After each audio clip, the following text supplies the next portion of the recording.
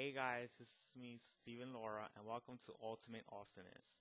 And here I am bringing you a series finale review of Legend of Korra, the Testament of Understanding. Now, as here is how I'm going to set the review.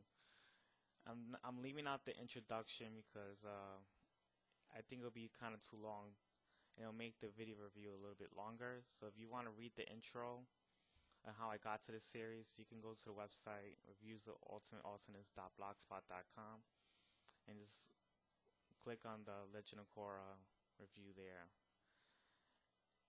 So the way I'm going to discuss this is mainly I'm going to discuss it from the last episode of Legend of Korra. I'm reviewing that, and then I'm gonna review the overall view of the series itself from seasons 1 through 4. So it's gonna be the story, what I liked, what I didn't like, and then I'm gonna go to details on the Korra-Sami relationship, what I thought of it, and then I'm gonna go talk about the theme, and then what I think of the overall of the finale. What do I think of the finale of the episode? And I'm gonna give you the overall analysis of the series itself.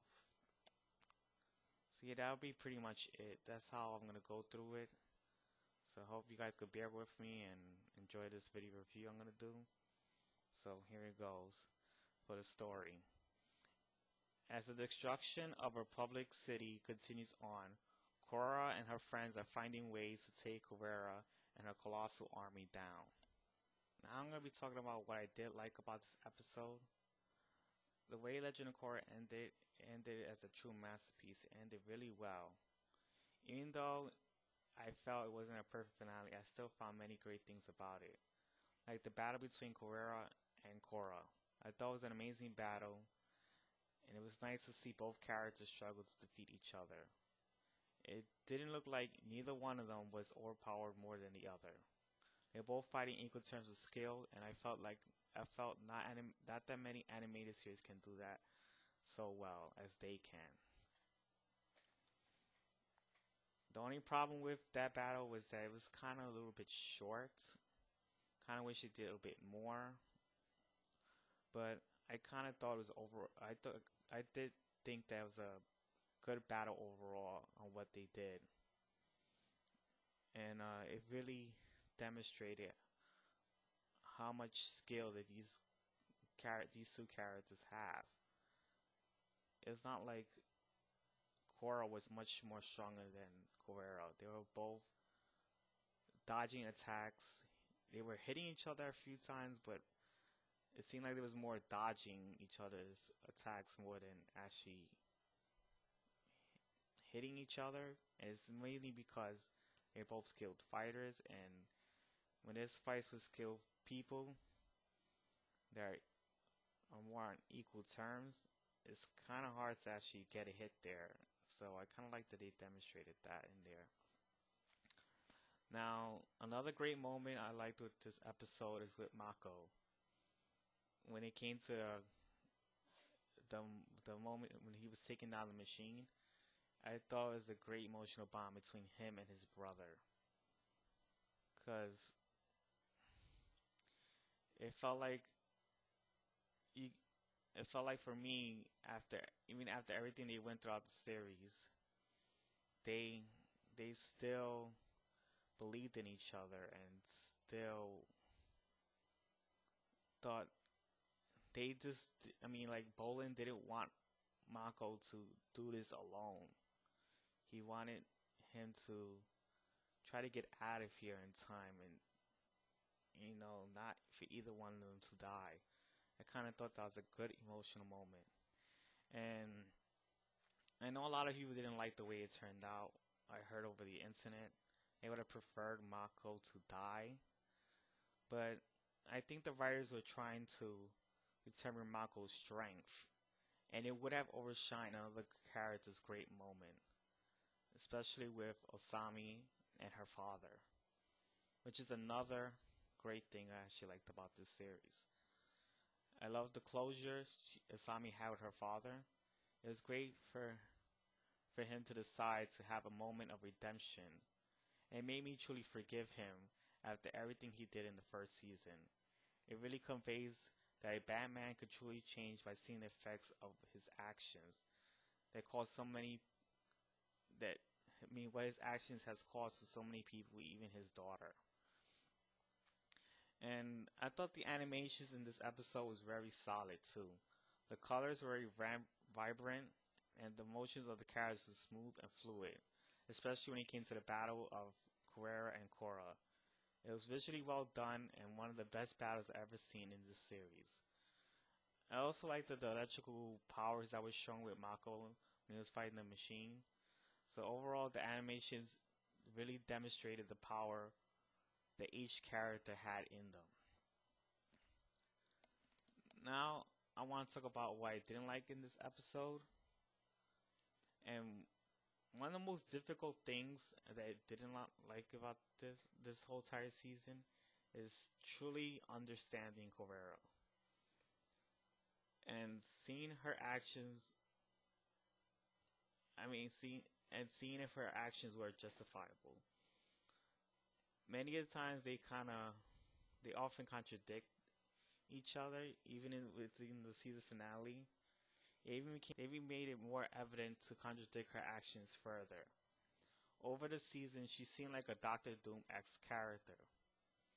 Even despite the green colors, she wanted world peace, and she felt like the only way it could happen is under one rule.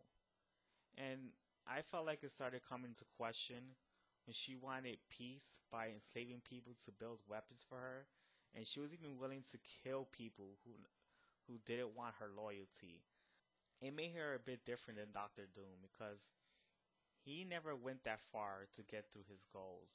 And anyways, it seemed like the writers were trying to make us sympathize with her when it came to her answering why she wanted her ideals.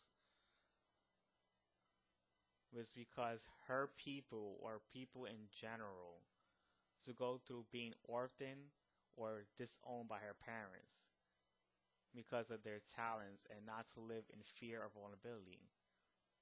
It felt like the writers were trying to make us care, especially how Korra looked into her eyes and tried to understand her good reasoning or intentions. But I could not feel sorry for her the minute she said she didn't want her people to be feared or vulnerable, because she did make her people feel fear by enslaving them and forcing them to obey her loyalty, which made them vulnerable. See, that kind of contradicts what she believed in.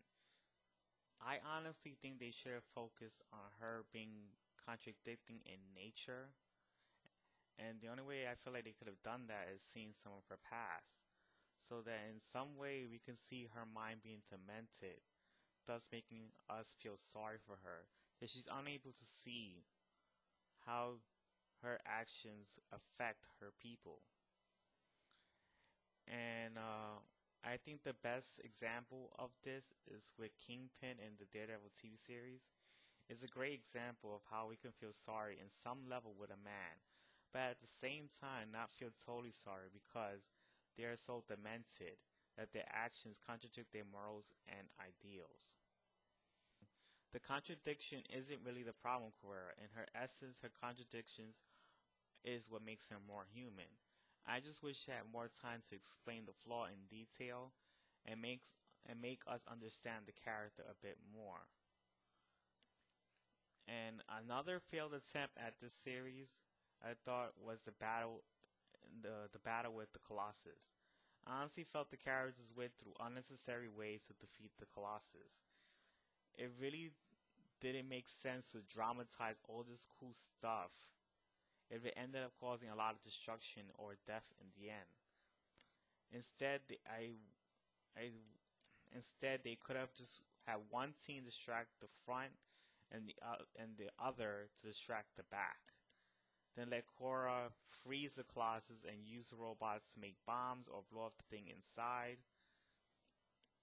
The reason why I thought of this because the Colossus was way too slow to turn itself around, and I felt like the distraction could make it a very easy target without much destruction. It seemed like they wanted to make the battle more elaborate instead of being tactical, and I also think Korra should have built something more maneuverable and fast moving so it can actually be more difficult to defeat. There's also one more thing that always bothered me a lot of the series.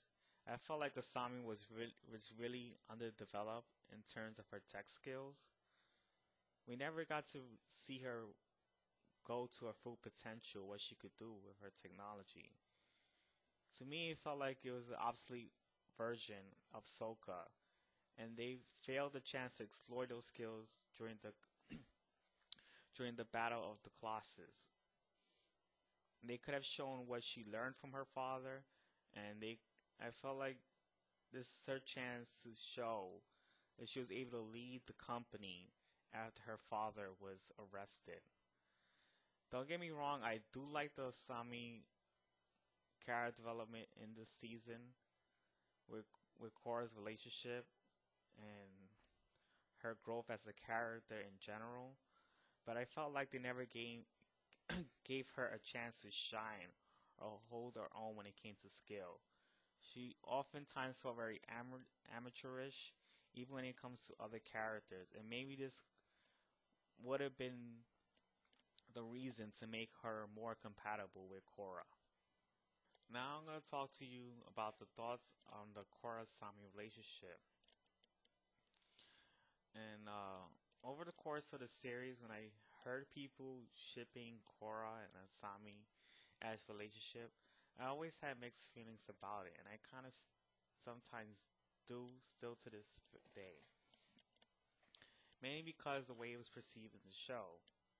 It really looked like it was embracing an intimacy level and the value of best friends. Something we rarely see on TV because American culture likes to perceive it as taboo or gay to see a friend of the same sex holding hands, hug, or share feelings with each other.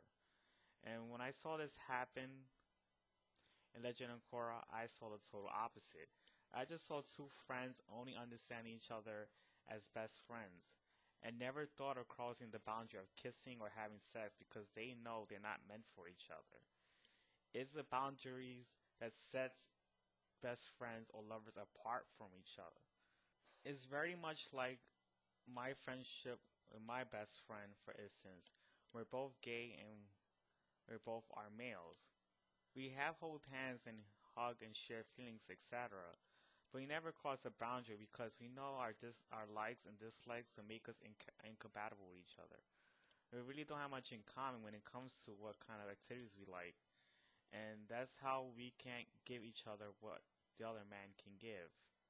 The main problem with this message is that it gives Americans a false idea of friendship, of having an intimacy problem level without being gay about it. But overall, I've grown to accept the idea, and I loved it because it brings us another message. It allows us a chance for gays like me to have a place in American animation someday in the future, and finally get rid of that false idea that it will influence our children to be gay. Let's just face it, people. People can't be influenced to be gay because of TV. In all honesty, for a man and woman to already have gay thoughts is automatically gay. There's no other way around it. And this is coming from a gay man himself. You have to be either born or develop gay naturally without environmental influences. Hello is the main reason why a small population is gay instead of everyone, because this is something that's easily gained by looking at it. Now I want to talk about the theme of this season, and I felt like the theme of this season I felt is understanding, because we or the characters themselves go through the entire season trying to understand people with many different perspectives. And we all see what it's like to be under their shoes and try to sympathize with them or see the justifiable reasons why they go through these dark paths. Like for example, with Korra, we see her being physical and mental or emotionally handicapped by the end of season 3.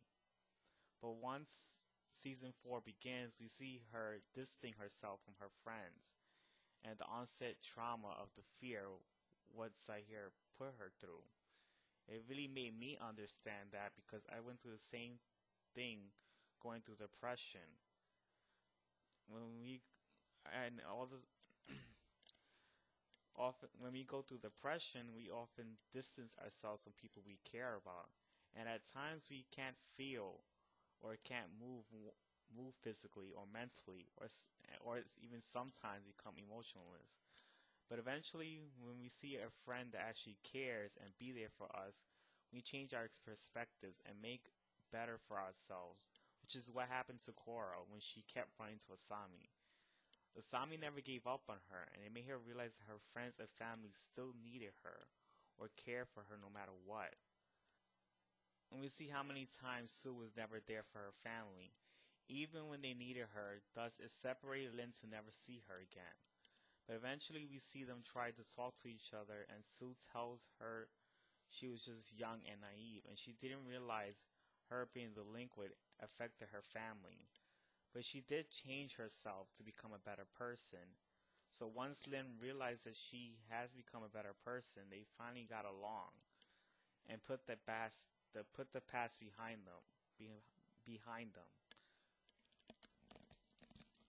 I realized this part was in season 3, but the two characters reconciled their relationship with their mother in season 4. So I hope you get my point. When it came to Asami and her father, we see them understanding each other on why the relationship fell apart. And Asami talking to her father every day in prison. Once they truly forgave and understood each other, it leads to a path of redemption and sacrificing himself to defeat the Colossus. This theme even tests our limits when it wasn't clear when we saw how Korra and Korra come to terms and how they were very similar to each other, and Korra being open about her past made Korra understand her, which led to forgiving and giving her a second chance. This is why I chose understanding as the theme, because it's the understanding that truly leads the changes between the characters, and I felt was the main focus of these relationships, and I also feel is the main focus of these relationships. And I also feel they were testing us to see if we understand these and many other relationships as well in this season. Now as for the now as for the verdict, overall I give this finale 9 out of 10 stars. I thought it was an amazing finale that brings character development, action, and beautiful imagery into one episode. It truly makes this American animation into a masterpiece, and I could go on and on how much I love this series. But I just want to say I loved the great rivalry between Guerrera and Korra. They really prove how similar they are when it comes to determination, and they never want to stop what they're doing until they achieve their goal. That's what made these two characters great, and we also get to see the redemption of Sato, which made me think that he was the greatest villain of all time because he finally saw through all his faults to make himself the hero. It always amazes me when I see villains go through the light because it shows the true potential of what a human can go through. I also love seeing the build up throughout the whole season of Mako and Bolin. They truly show their brotherly love with each other, and they really put through in helping each other out no matter what obstacles tries to overcome them. And finally, it's great to see, depending how you view it, the friendship and the love for Korra and Asami to go through many hardships and still find ways to understand each other. This series has a great ending that delivered great art and animation, but it has its downsides as well, like making Korra into an unsympathetic villain and character development based on skill for Asami, and not so good tactical battle against the Colossus. But still, this finale is amazing for anyone to enjoy. It's really enriched and powerful in every way. Now for the overall ser- now for the overall score of the entire Now for the overall score for the entire series as a whole, I would give it a 9.7 out of 10 stars. Legend of Korra has been a great series, especially with the final season. The character development is so amazing because we see all the characters change and grow. And this is one of the very few that makes the supporting characters just as important as the main character. This, this series is one of the very few that make the supporting characters just as important as the main character. No.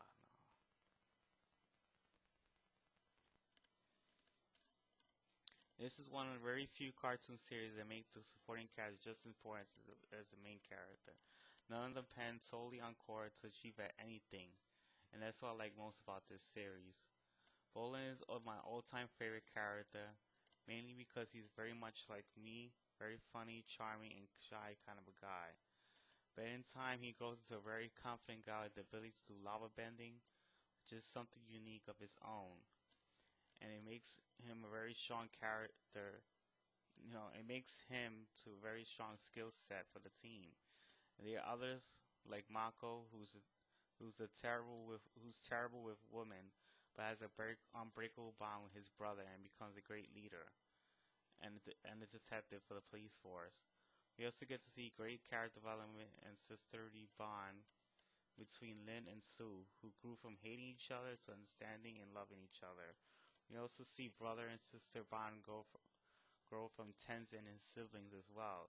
Even for characters like Asami, we see her growing from being a vulnerable person who loved Mako very much, but she eventually becomes strong and gave good advice for Korra, which leads to a strong romantic relationship. There's another great relationship dynamic with Baratek as well, because he went from being an obnoxious jerk who orders Julie around to do the dirty work and a very charming guy into a very charming guy who actually loved Julie. Once she was gone, he finally realizes the faults of his actions and changed him with one of the best things, which was one of the best things about the character. And most of all, you see Korra get beaten over and over again emotionally and physically by the end of season 3. But she eventually managed to build enough strength and rise to the top to beat the villains in any civilized way she can. But even though there was many great characters getting developed, there are others who were left in the gutter and trashed to the side. For example, we see Junora learn her spiritual abilities and getting along with her father in season 3, but once we got to season 4, she gets tossed aside and never gets a chance to see the full extent of her abilities in battle. Even Kai goes through this too. He eventually learns from being a thief to be a good kid who helps out others, but after he becomes that character, he just goes behind the scenes and doesn't really do much. That's what happened to a lot of characters in season 4. There were too many newly introduced characters, especially with the airbenders, to flourish or to get anywhere with them. I honestly feel like 13 episodes each season certainly was enough for the show. For the show's ever-growing characters with their skills and personalities. Maybe if we got 22 episodes like the previous Avatar series, these characters would have gotten more developed, at least a little bit more. We also didn't learn more of the old characters in the past, like Zuko, Katara, or even Sokka. We have no history as to what happened to them. Many of the old characters have no involvement in the main story, and very much left to dust as cameo like role. That's why I'm hoping there'll be more and more great stories coming from Dark Horse Comics, because I sometimes feel like Nickelodeon limits on how much character development or the story can expand on. But for the show to have so much character development than many other shows, the variety, so it's a really minor issue with this series. And another great thing is that how each season has a political theme that relates to human history and types of governments. Each villain has something worth fighting for. For example, a mom wanting equality and banned all people from any type of bending because he thought it was unfair to anyone who couldn't bend. Oolong had examples of Civil War times because he wanted the spirit world and the real world to live together. But people were split with two sides on why the spirits should live with them, and Korra had to find ways for people to accept them. And, and, and Korra had to find a way for people to accept them. Sahir had a theme of having total freedom with chaos because he was tired of having order from the government, and he felt without government there would be a chance of having peace. Korra's thing was dictatorship. She wanted the entire world controlled under one rule and enforcing peace throughout the world. But she had a strong contradiction by enslaving people to do her dirty work for her. This is why I feel it's one of the best animated TV series because they focus on things that many series don't focus on that can relate to the real world. The political the political things were very strong point here, and they really go hand on hand on what people's opinions about the government and how she should live and have equal rights. It really works on what's happening currently in this world.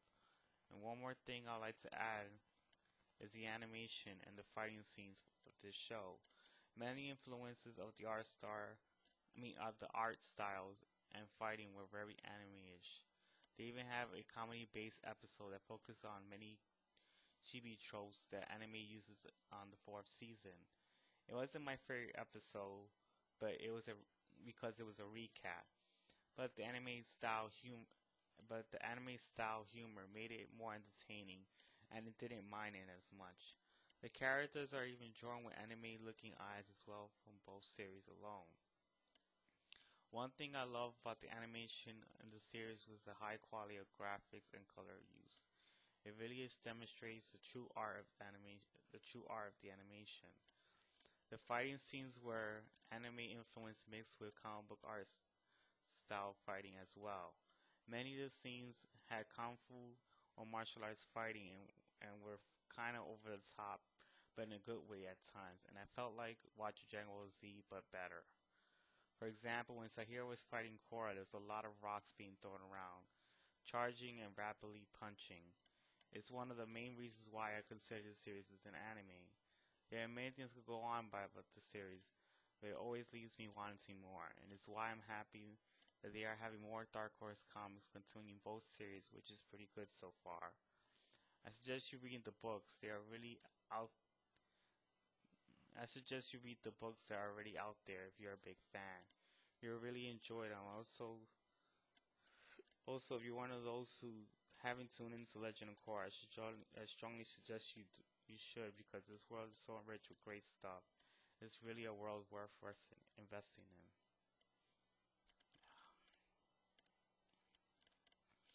All right, guys. That's all I have for Legend of Korra. That's pretty much it. So I hope you really enjoyed this review. So as for things that are coming out pretty soon, I'm gonna try to have the season 2 of Daredevil this week or probably next week, and I'm also gonna try to have a review for Batman v Superman: Dawn of Justice, and then I might have the review for Batman as well. So I hope you guys look forward to those, and I'll talk to you guys and see you then later.